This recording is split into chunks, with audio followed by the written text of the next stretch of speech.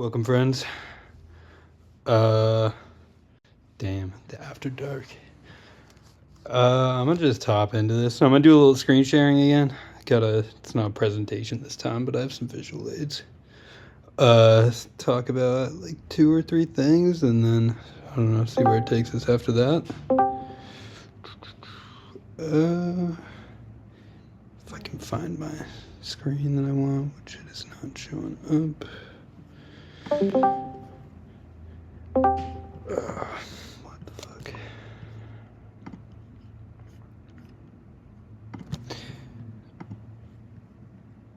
Here we go.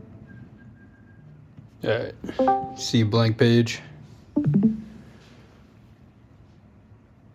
Yeah? Yep. Yeah. Alright, thank you. Alright, so first thing, there's been like talk about refinancing coolers, which I'm like personally for at this point, but you gotta think like I don't know. What's up? Huh? So someone like We have an open mic on the. Okay, thank you. Okay, there's like a question of do you refinance coolers as soon as you possibly can all the time? I'm gonna make the argument that ultimately, like, cooler loans today are that you are a borrower, you go straight to the protocol, you give it geom, it lends you USDS, you pay interest to the protocol, right? I would argue that in like a longer time or longer time horizon as these things mature, the relationship's actually not going to be directly like borrower to protocol in most scenarios, but rather that a borrower goes to a lender and then the lender uses the protocol as a backend, right? So I have this example here of what this looks like, which is, you as a borrower today would give one geom, you borrow like 3K USDS, pay it 0.5% interest, nice and easy. And this is the lowest friction it'll probably ever be. You kind of have this like assurance that the liquidity is always going to be there. The protocol will give you these loans that like, it's never going to really change the terms on you. Or at least, if it was, it's being like pushed to do so by like many of the borrowers themselves. So like incentive alignment as a borrower with like the lender, essentially. With like a third party lender, now you have more of a relationship that you see for like any other asset in DeFi, which is, lenders and borrowers are kind of two different sides of the market, not exactly aligned. And it's like finding a equilibrium between the two. The benefit of this though, is that you would end up, in this example, you borrow one geom and you get to borrow 4,000 USDS from a lender. In exchange for that, you pay a higher interest rate. So like in this case, 3% instead of 0.5%. That said, what the lender does is they turn around, they borrow one geom from the protocol. Protocol gives them 3K, and then they push that in towards the loan that they give you. So they end up only putting 1,000 in to lend you the additional capital on top of what the protocol is providing. But their benefit is that they get paid 3% on the entire loan, and they only pay 0.5% on what the protocol gives them. So they end up in this case earning 10.5%, even though the borrower is only paying 3%. So you have this relationship or like dynamic where like you can legitimately have borrowers pay or less money than lenders. And it's because you have the protocol over on this end essentially subsidizing the whole thing. So if you imagine the entire market is this, no one on like a individual side is really borrowing from the protocol. The terms that the protocol provides are really like primarily affecting lenders, and then that'll pass through to borrowers, but it doesn't like directly affect the borrower. And so because of that, like what I would imagine is that the loan to value, especially that the protocol is providing, starts to matter a lot less. Because that's really like, lender most likely is going to offer the loan amount that they want to, and it'll reflect in the interest rate how much capital they actually have to put down, right? Because if they get less leverage from the protocol, their like APY is going to go down, which means that they're going to charge the borrower more. So this protocol lever of how much loans really turns into a way to like influence interest rates as well as like what the protocol charges the lender, but that in like a I think that this will be like probably a stronger mechanism to do so. This is probably linear in terms of how it affects them. This is probably like multiplicative. Um, Anyways, so all that being said, to when it comes to the case of like, okay, backing grows, do you just refinance cooler loans up? Um, I think that especially anytime that you're giving a loan under backing, lenders should be very comfortable with giving that loan. And then it comes down to just what yield are they going to provide to like lock their money up. Um, but that means that the protocol doesn't really need to be providing these like super high to backing loans. Right now, the way that this would leverage is that you would get loans above backing, and I do expect that. Um, the benefit of this is that lenders are going to have more dynamic loan to value ratios. If the protocol keeps flooring it up to like 95% backing constantly, like imagine that backing 10x's, and because of that, just keep refinancing the coolers up and up and up, to the point that it's 95%, at some point where the treasury stops growing. Uh, the Ohm can't really trade under backing at that point because there's basically a hard floor, 5% under backing, and then an immense amount of ability to take on leverage as like a person in the market, and use that to basically take any bids that the protocol would have made and turn them into your own bids with like very, very little risk, right? The protocol is de-risking you to the point that, I would imagine that it could never really trade under backing at that point. If it was, it would be probably short-lived, and the protocol would not, be able to contract supply very much in a scenario where like it could. Um, if you had, in that same scenario, I would imagine it's like, backing 10x and loan 5x or something. So I'm not saying like don't refinance it at all, but that leaves this like 50% backing to loan amount rate or like buffer where Ohm could trade below backing in some like very overweight on supply scenario. Protocol can contract supply, and then when there's no longer an overhang of supply and no one's really like selling to the protocol under backing, that's when you start to ratchet up the loan amount again. This is kind of how I look at it. The the loan like from the protocol primary lending is like one of the strongest bullets that I think that the protocol has in terms of being able to like generate demand. And probably don't use that lever when you don't have an issue with generating demand is like the core of, I guess, that point of view. And especially like I do think that lenders step in to do the same thing. It's just a matter of they're going to charge more market rates even though it's subsidized still. um, and you don't have this like perfectly inelastic demand for borrowing that you'll see with the protocol. Like, in this case, the borrow demand has seemingly saturated at just like who's paying enough attention or whatever to want to take a loan. Um, so as far as how this manifests, it's this is going to be built on Cooler V2. The benefit of that being that you don't have to worry about like expiration times. I tried to like hack this together with the current Cooler instance, and it's just like a pain in the ass with like, you know, lender doesn't want the protocol loan to ever default, and so like the borrower needs to act before their loan with the lender expires. But then you need like keeper functions to keep the protocol level loan healthy is a mess. So this is post Cooler V2. Basically, like every lender I've talked to, it has just been like, sign me up for this. Like, let me know when it happens. I think that on the lending side, there will be a massive amount of demand, and it's just a matter of like infrastructure for it. I think that stablecoin providers will probably be good for that, as well as like integrations, and then maybe like an in-house solution. But like, honestly, might not be worth it. This is the least or the less exciting one of two things I'm going to talk about, by the way. So, um, and also probably the less like on a technical level, this can be built into something like Aave, or pretty easily adopted by like Fraxlend or something like that. So, um, I don't know, the less technical and more conceptual. Here is how I think the lending market for Ohm matures over time.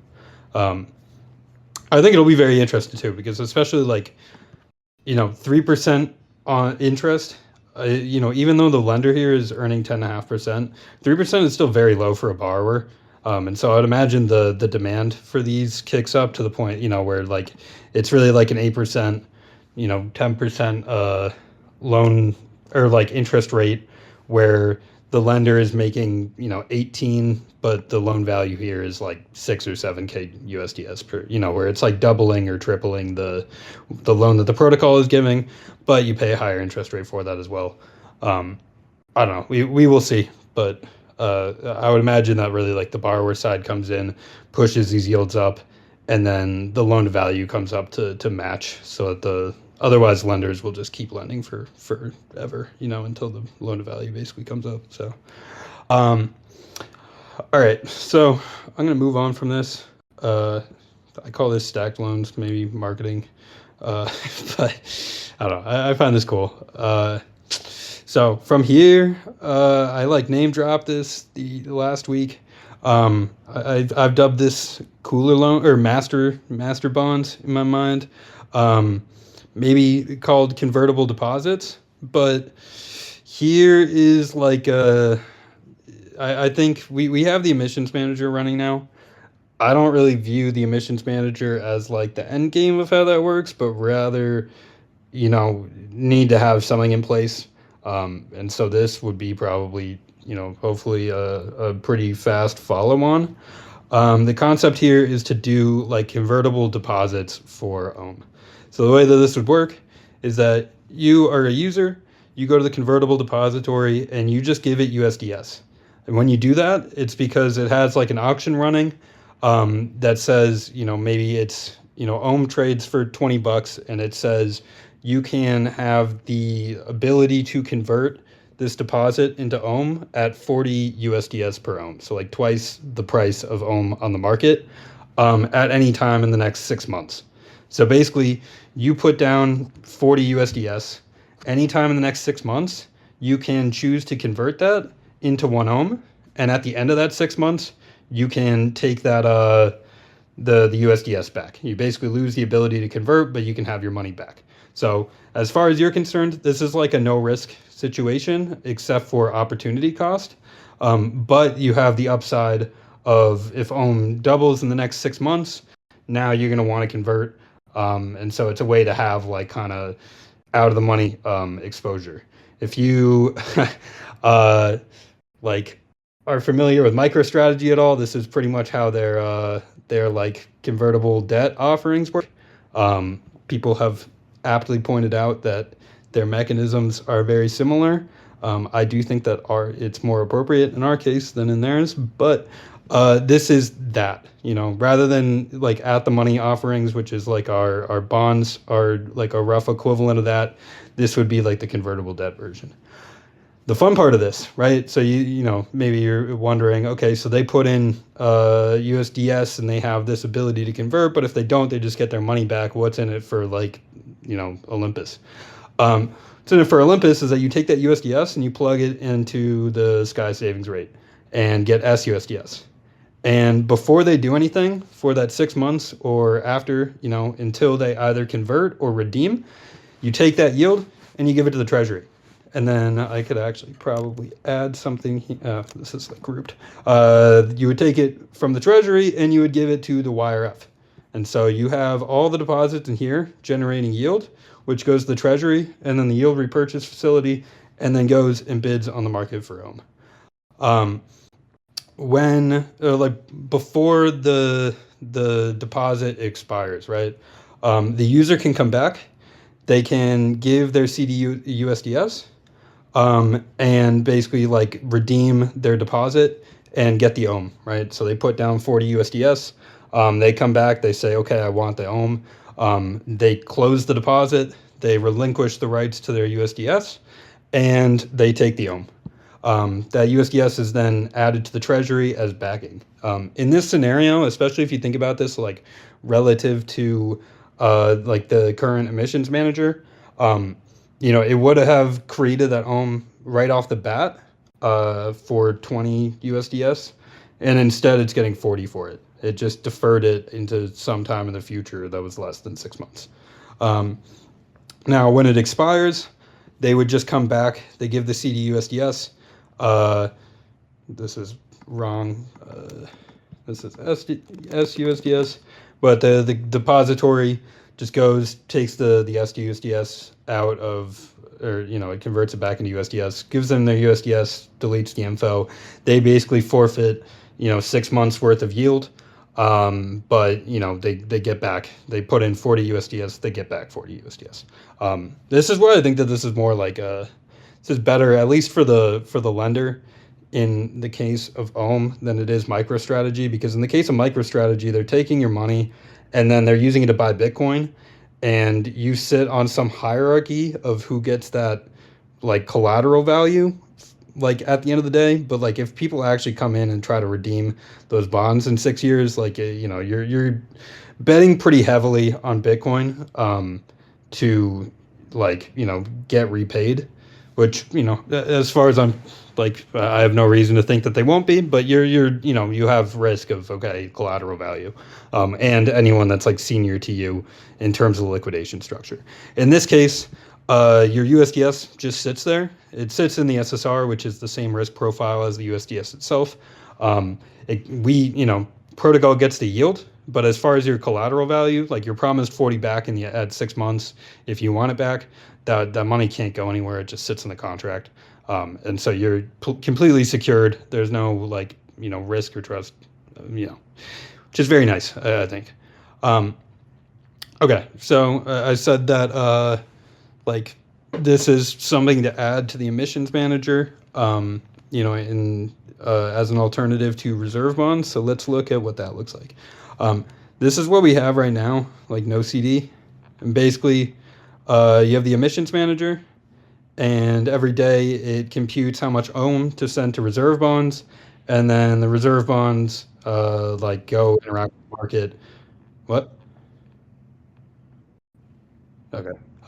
They go offer to third parties to interact, which might end up in the market, might not, but you have more of this structure. And then because you're at a position where the emissions manager is on, that means that the YRF is off. And so like these bids that are currently coming to the market from the protocol with yield are disabled because they would kind of wash out the emissions manager, and I don't know. So how this looks different is if you imagine with a fully subscribed CD, the emissions manager is computing the exact same amount of ohm, but it's sending it first to the convertible convertible depository. So the convertible depository is auctioning those, and this assumes that what it auctions, because it would have a floor of some premium to market price, right? So if price is 25 on the market, and that minimum premium was 100%, anything less than 50 an ohm for that day, it would just floor the offering, right? Which means that it might not sell out because it's not going to keep dipping the price until demand comes in to take it. But this assumes that it does sell out, right? So all of that ohm that would have made its way over to the market does not. It just turns into convertible deposits. The convertible depository kicks off yield from the new deposit, as well as the existing deposits. All those deposits are generating yield that goes to the YRF, as well as the treasury yield goes to the YRF. And then the YRF kicks both of those yields into the market and removes ohm from the market. If it's partially subscribed, you have the remainder from the depository.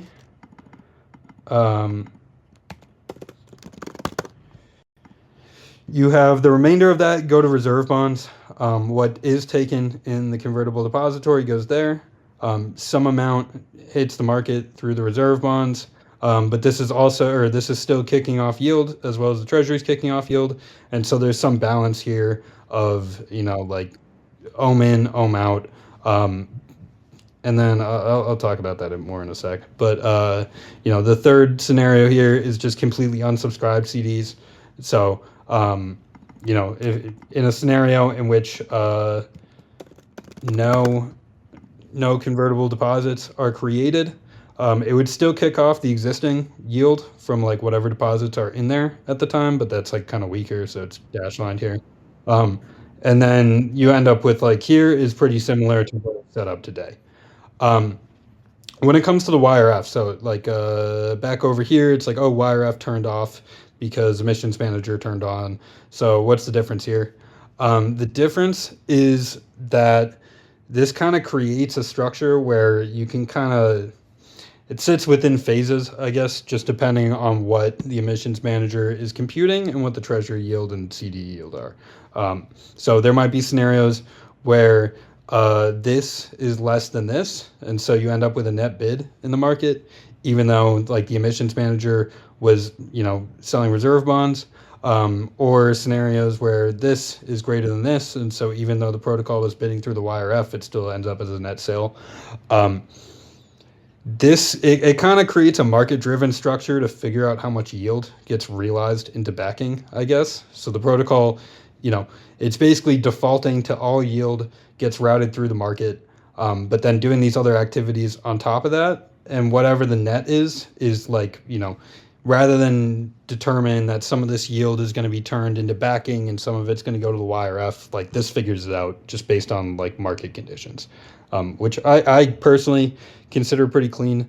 It also will create extra volume in the market, which is good for just like attracting market makers, traders. You have this baseline of activity, and then I think just on a psychological level, like at this point, you have this like always bidding every single day structure with the YRF, which I would personally consider pretty cool.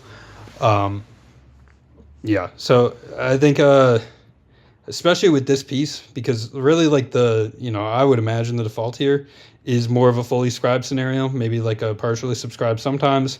Um, it really is going to come down to behavior, but I think that the dynamic on this is very attractive. Is my expectation. There's also one more like kind of micro strategy comp here, which is if you wonder like where is the source of their premium, because at the end of the day it's a company. I guess it's now like a Bitcoin holding company, more than anything. But I think that the real source of their premium or like why they're able to attract so much capital is that you have a lot of like entities in the TradFi world that are not able to play with anything volatile, let alone Bitcoin. But they're seeing like all the returns that Bitcoin has been giving very consistently, even like, over the last 10 years or 8 years when it's been more like on the mainstream zeitgeist. They want access to that. This is like pensions and very conservative players, but obviously like they're not chartered to buy even the ETF. Many of them can't buy equities. What they can buy is debt, right? And so MicroStrategy comes in as this player that says, hey, here's an opportunity to just lend, and through the conversion structure, you get like a proxy upside of Bitcoin. And that has allowed them to attract like a massive amount of capital. We kind of have the same dynamic here. So there, in crypto, you have many, many, many funds that pretty much only play on the stablecoin side.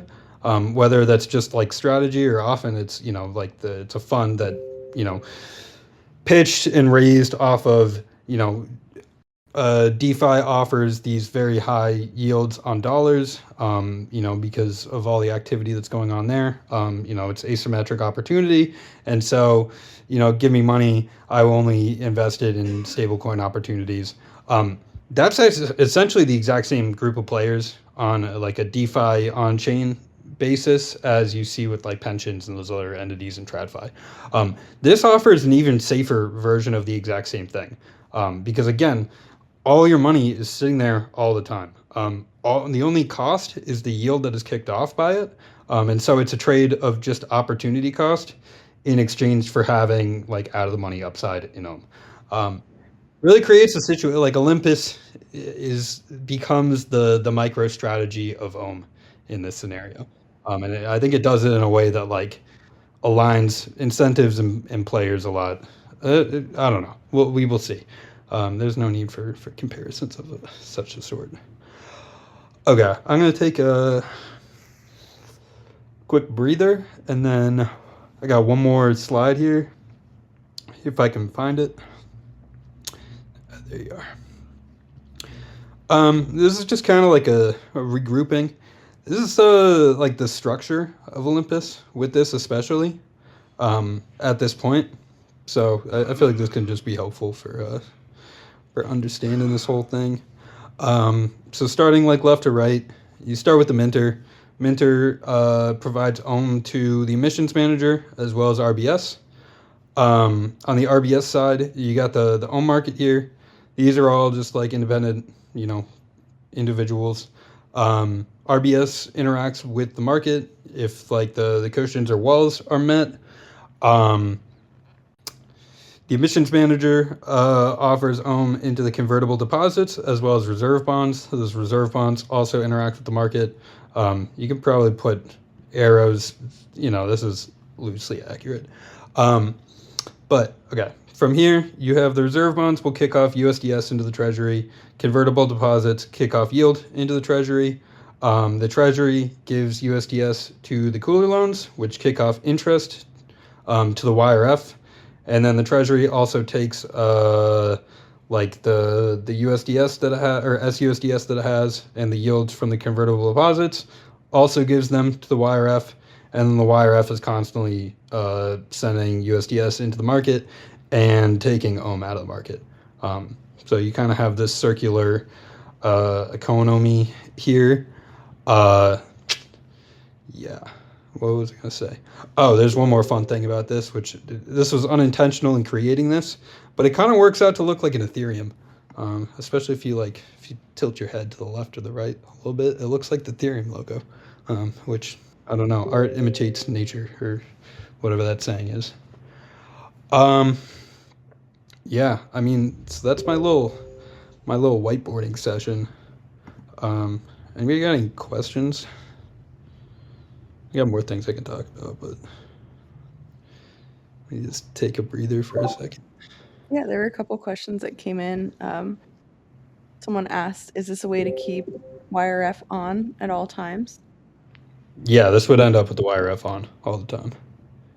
Whether or not that works out to be like a net bid into the market is a question of like emissions manager and then convertible deposit subscription. But the YRF would be by default on constantly, and then like that other side of the equation determines the net.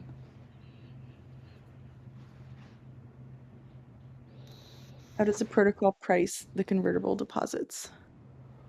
Okay. Is there a chat? Yeah. Okay. Yeah, there's a chat. Okay. How does it price the? Okay, so there is a minimum like premium to market price, and then it's like a not gradual. What's the SDA? Forget what the S stands for. It's like a Dutch auction that determines the price. Huh? Sequential Dutch auction. Yeah, sequential Dutch auction to determine the price. So pretty much same mechanism as like the bond contracts already. It's just a matter of like, yeah, it's pretty much the same. So price goes down until someone buys one, at which point the price goes up, and then ticks back down. The emissions manager, so the emissions manager already is computing this daily target of ohm emissions, right? So the way that this should work is that it computes that amount is like 4,000 ohm, right? Currently, it would just give that to like a reserve bond market, and then like basically no matter what the price is, so long as it's less than 100% premium, which is that like cutoff, it's going to clear that order. In this case, so day one, it would give 4,000 ohm to the convertible depository, and that auctions it off.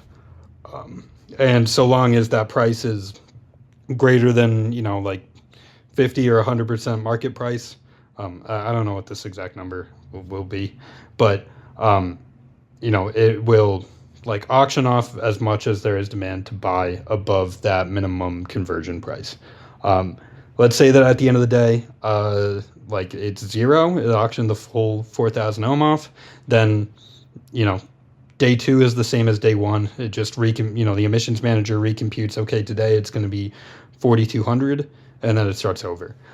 If you imagine though that it would actually be, it only sold half, right? So it was able to get deposits for 2,000 ohm. That leaves 2,000 remaining. Um, the next day, 2,000 ohm would go to the reserve bonds, and then it would compute 4,200 for the convertible depository today, and then kind of start over. So you end up with like the net unsold deposits, or like unsubscribed deposits, going to the reserve bonds, which is the infrastructure you have already. What's up? I'm trying to catch people with server mutes, but people are popping in. So if you get muted, we'll get you at the end. Okay. Does that explain? Yeah, I think that explains. Yeah, we will have to. I'm not a marketer. I'm not a namer. Yeah. Sorry. Can't drop these names without we need to chat first, but it's all Yeah, good. well, we're doing concepts. Mm-hmm. It's very loose.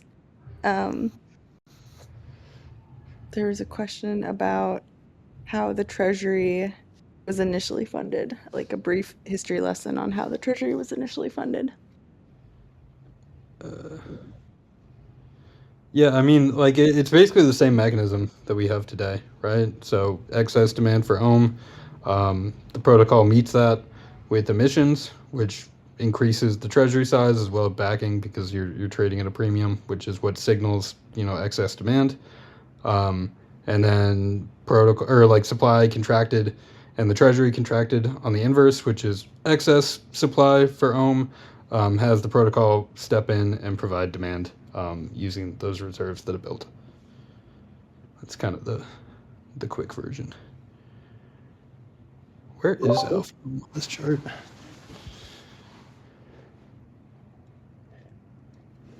Sorry, I'm just reading messages. No, it's all good.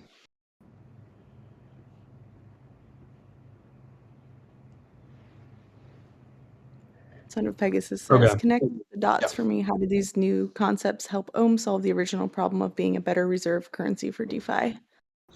You have this like pool of predictable and consistent demand for ohm at all times is how I see it. Whether or not it works out to be net demand is more of a dynamic of like market behavior, but as far as like confidence in it as a currency goes, I think that at minimum, having this just like infinite bid, feels pretty aligned there.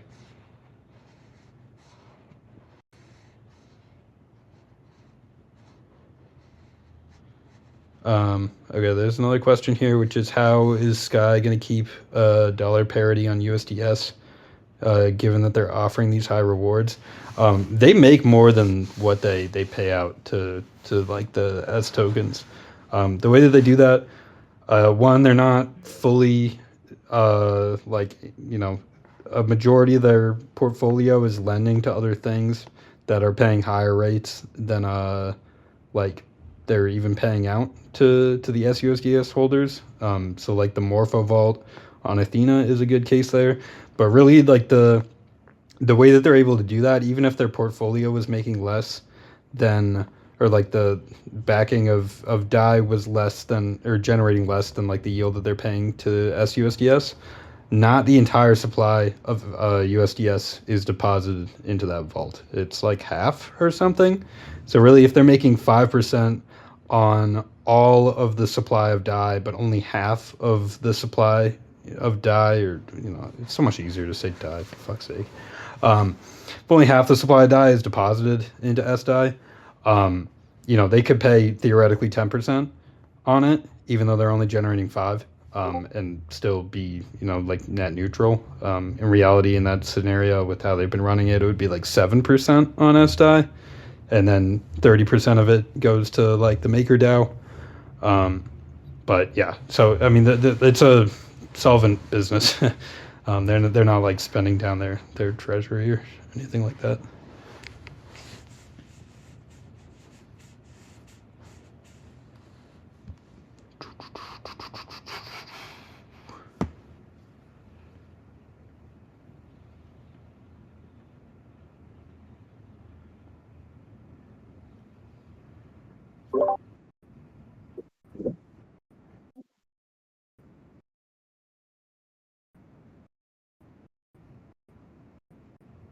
Oh my gosh.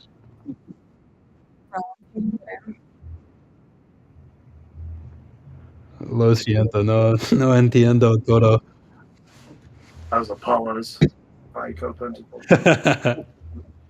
Uh, is it only an infinite band when we're at a certain premium, or does this allow you to use this at any premium? I'm looking at it as like it Okay. doesn't look at premium. It's just looking at how much yield it has. So in terms of phase shift of YRF on off, it would just be always on.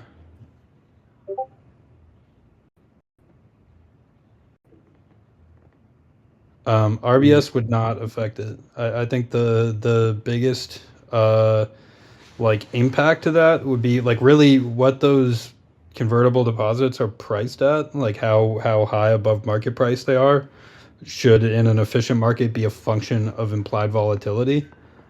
So if implied volatility for ohm is high, then those get priced higher because there's a higher chance that like further out of the money, they're gonna be worth converting. Um, RBS is kind of a volatility suppression mechanism. And so RBS being enabled would lower that implied volatility and likely as a result, like the premium at which you can, like attract deposits.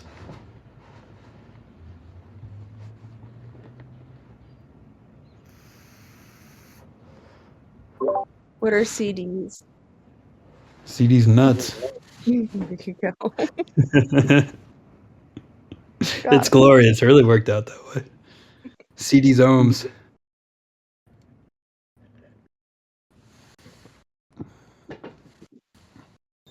Yeah, they really are low hanging fruit.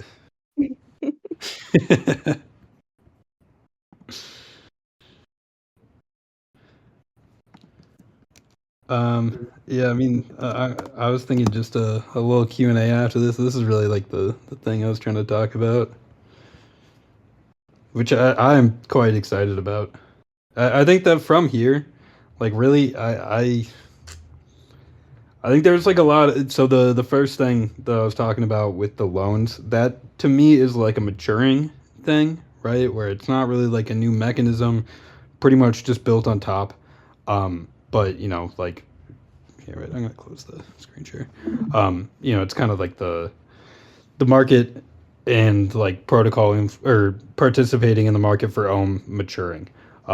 I think that from like here with the convertible deposits, like probably most of the base layer things are in place now, and it's just going to be a matter of like maturing, from there, which is feels good in my opinion. Really like I think if I think back to like 4 years ago, like the initial roadmap for Ohm, like every single thing there has been ticked off. There's been like additional things. There's been a ton of like experiments with, there's like the Ohm bonds. In 2022 there was like the BOVs and all this stuff that has been tried and like I don't know, it's such a wealth of like experimental knowledge. I think, but like you know, I think the protocol as it is, that little like diamond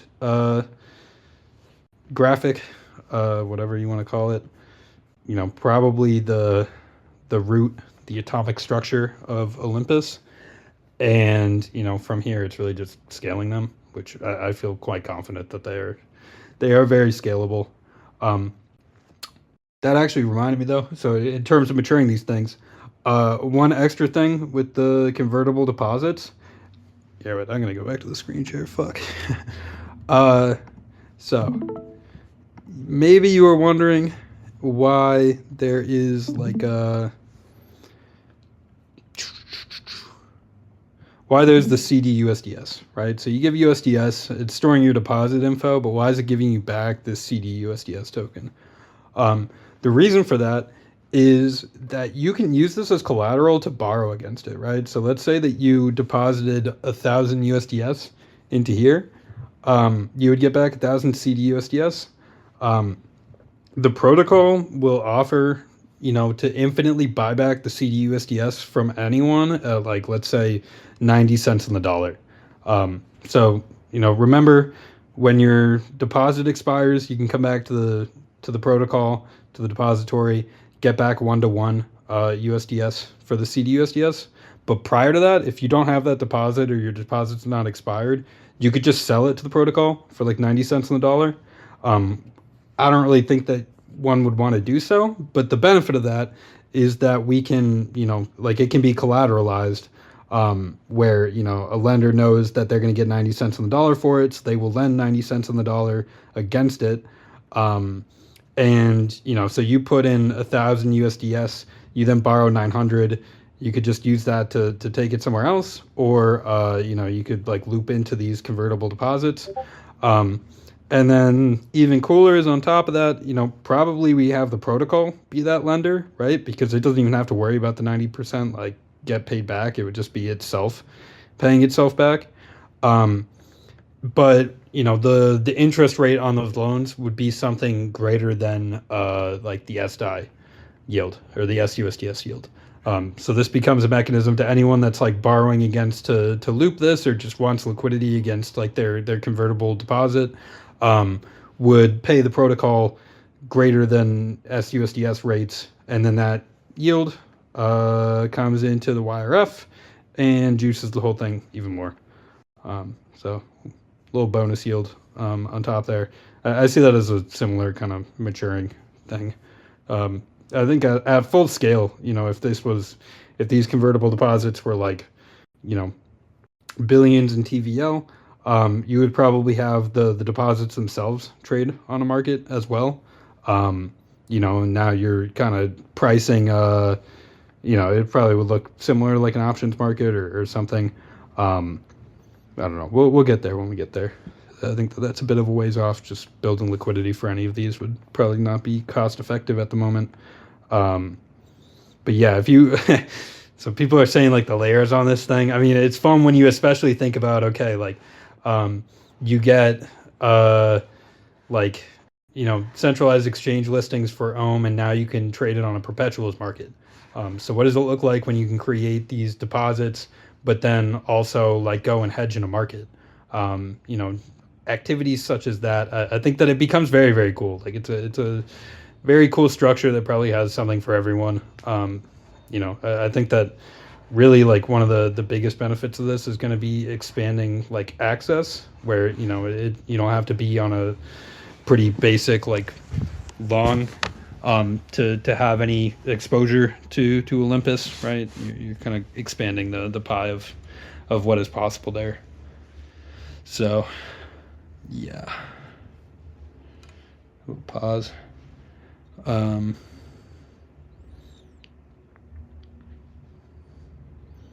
Dex, what do you mean? Like in terms of hedging, probably.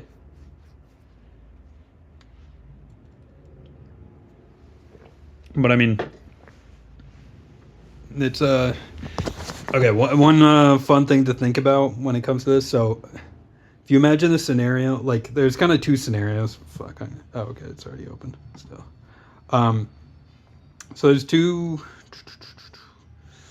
scenarios here, right? One of them is that they convert, at which point like they've contributed backing to the treasury, and create a new Ohm supply, right? The other is that they don't convert and they've just contributed to yield. If you crunch the numbers on this, I forget, it was at like if Ohm trades at like a 4x premium, and you assume that SUSDS is yielding like 11%, I think it was. These are like very rough numbers, so don't quote me. But when you take into account like the looping that the protocol will get from the yield that it earns, as well as the yield that it earns, you basically end up with a situation where, um, on the convert scenario, it creates ohm for twice as much as the market price at the time of the deposit. And if the user doesn't convert, it buys back like a quarter of an ohm off the market. Um, so it's really like a pretty win-win scenario.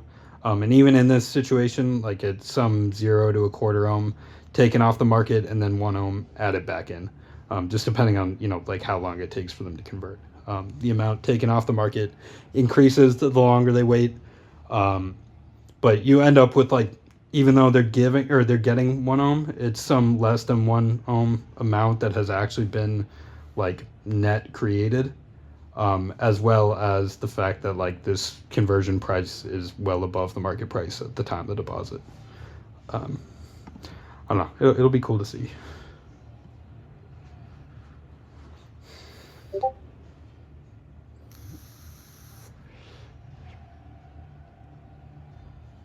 Yes, Chud. This man, you've caught me, sir, because I haven't thought about this one that much, but the dynamic of selling puts instead of just buying outright, I see as very similar to like, uh, you know, these convertible deposits instead of just reserve bonds. So like reserve bond or YRF is kind of like the brute force mechanism, but creating like derivatives. Once you're okay with the outcome, then creating a derivative for it instead, is probably a lot more effective than like just the brute force outright one. So I would love to talk to you about that because I think that it would probably work well.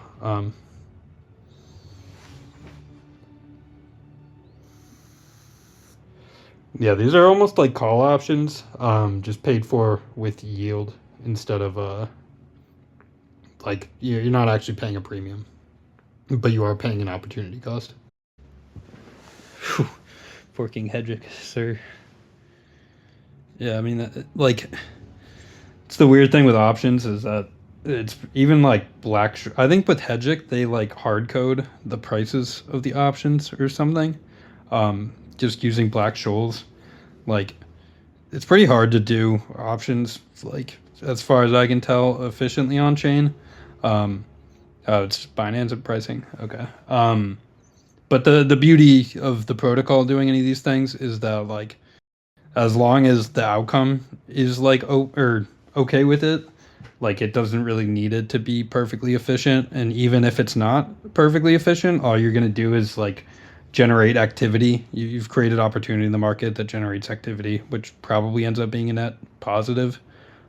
Even if there's some like value loss by pricing an option too cheap.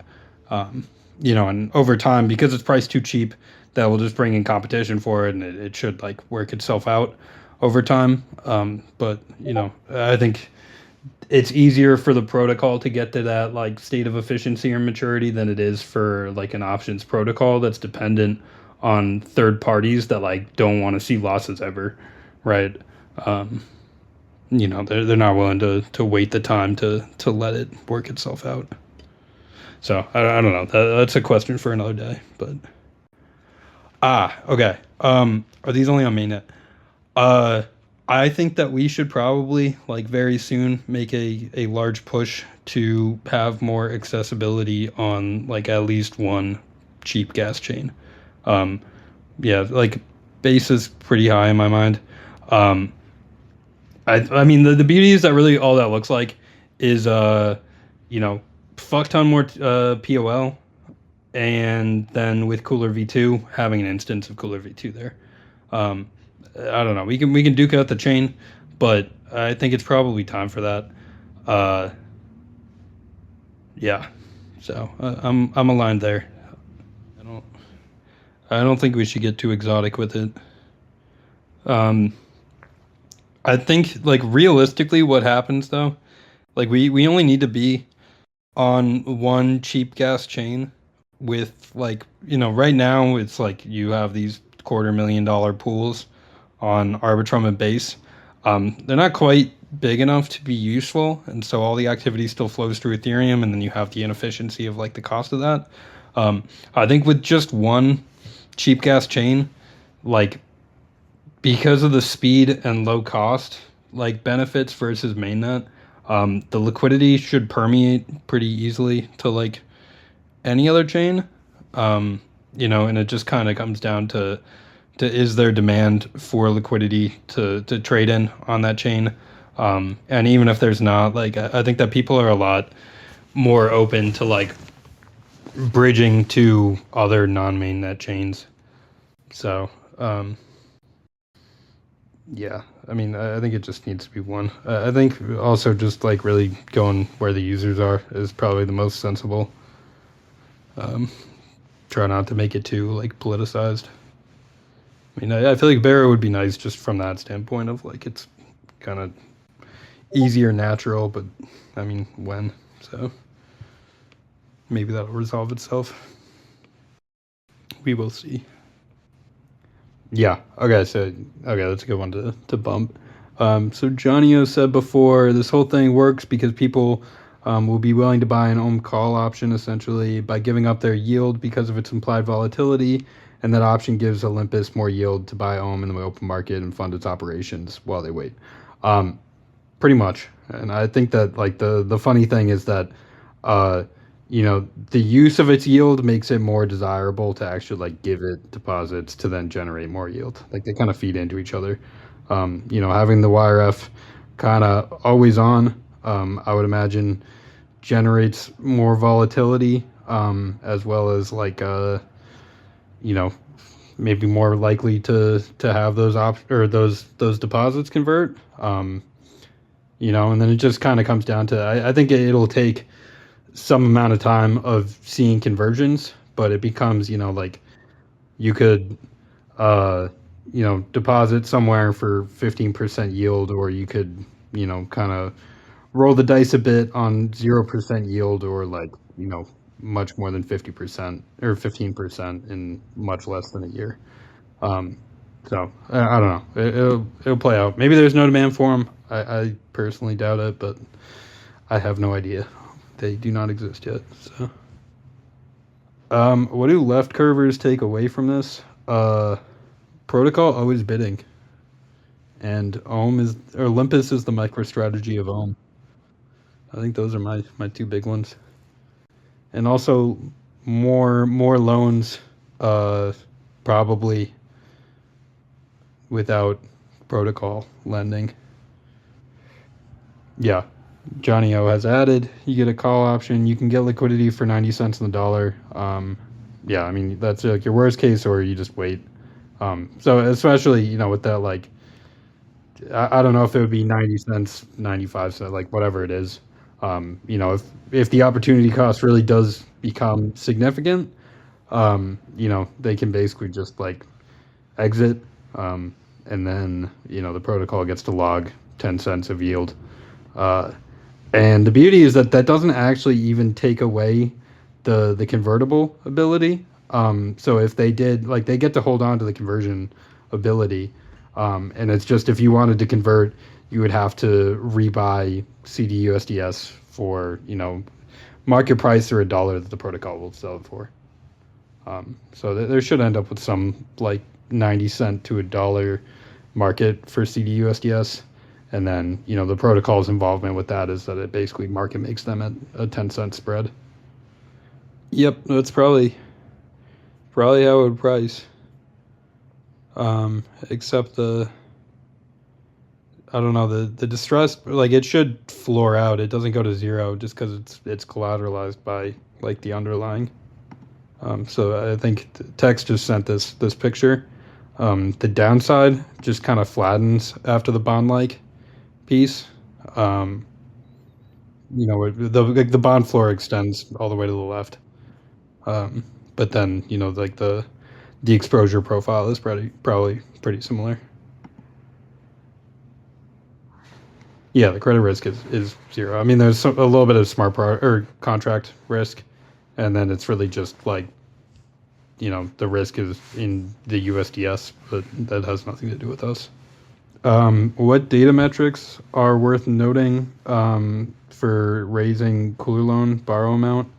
Um, I don't really know as of now, but I do think that like if the treasury and backing start to expand, like the loan to backing ratio should like fall on each successive like raise in loan to value, right? So it started at 95%.